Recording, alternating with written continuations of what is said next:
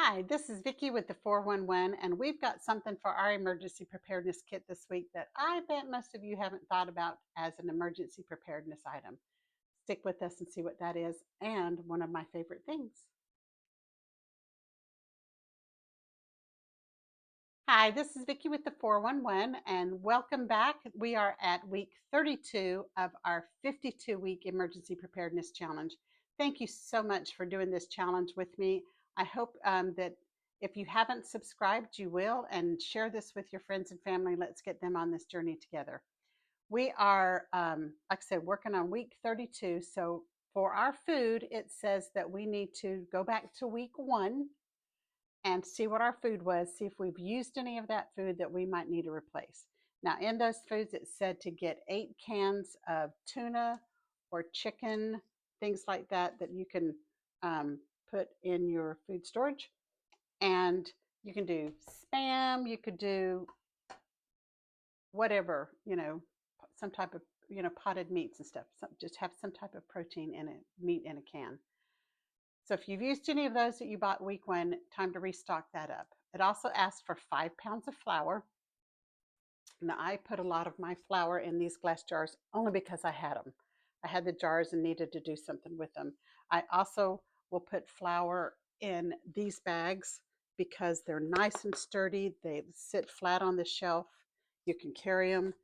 They you have to break the seal and strap this thing to take it off. So once you put it on, it's sealed until you open it and need it.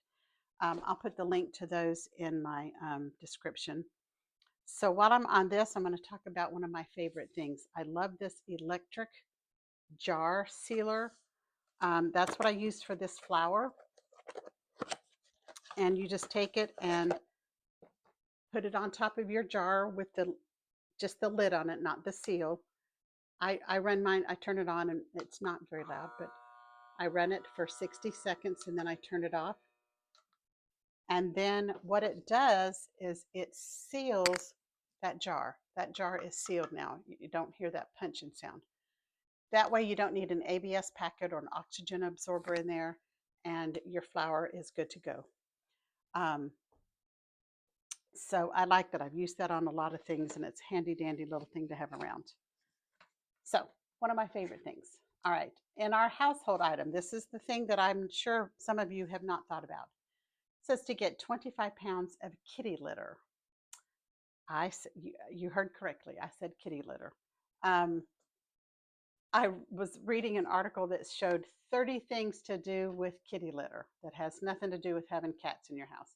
And this is just a basic kitty litter. You don't have to get the multiple kitty or the kitty with the litter with the baking soda in it. It's just your cheap kitty litter. So I'm going to just read you a few of the things that this article talked about. It said it can clean oil stains out of your garage and your driveway. You just kind of douse a good bit of it over the oil stain, let it sit 12 to 24 hours, sweep it up, and the oil and everything should be gone. It's a dehumidifier. So if you've got a damp closet or a storage room that stays damp or something, you can just open a bag and leave it sitting in there and it will collect the moisture out of the air. You can pour some into a sock, long sock, and tie it off at the top if you've got a trunk that, that gets humidity, or camper trailer or something, anything, closets, anything small that's, collecting humidity. This will help get that out. It's good for traction. If you're out and it's muddy or icy or snowy, you can pour some kitty litter behind your vehicle and it should be able to grab you some traction, kind of like rock salt does during the winter. But it'll help you gain some traction. It helps to dispose of leftover paint. You can pour some kitty litter into the paint can and it will kind of solidify that so you don't worry about it pouring out and getting into trash cans and stuff like that.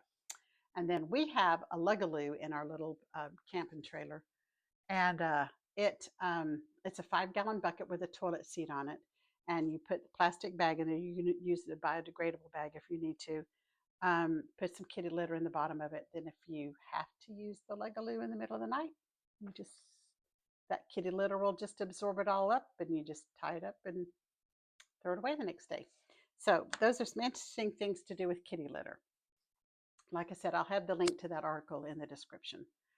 Our 72-hour kits or our bug out bags, we're expanding them to now to make them 96 hours. So this week it says add an extra pack of clothes, an extra change of clothes.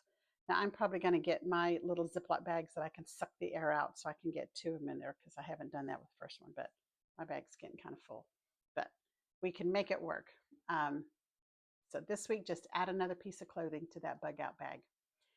For our money this week, we are $30 more. And I hope you are all staying caught up. It's easier to stay caught up than it is to try to catch up later. So stay caught up with that and keep working towards that for an emergency. For our family prep, it says to have a discussion with your family and tell them why you've chosen, if you have, to do the 96 hours instead of 72 hours. Like I said last week, usually within 72 hours, you have found an alternate residency of whether it's, hotel, friend's house, relative's house. You have found someplace to go. Usually within 72 hours, if it's a national disaster, FEMA has kicked in, hopefully. So if you just want to give yourself that comfort of having everything you need for an extra day is up to you. So explain to your family so that you're not frightening your children. You want your children to be prepared, and if they're prepared, then there's no reason for them to be, in fear or upset. Just let them know that we're doing this just in case. But we want to, takes that fear out of their way. They know they're going to be taken care of. Then under our water, it says we're going to start a new accumulation of buying another barrel. Some of you have already bought yours. I've had gotten several comments from people about how they had their barrels. So glad you have. This is exciting to see that some of you are doing this along with me. Wanted to show you what my husband found for me. He was at a local hardware store the other day, and he took a picture and he brought it home. He goes, "What about this jug right here?" He showed me this jug.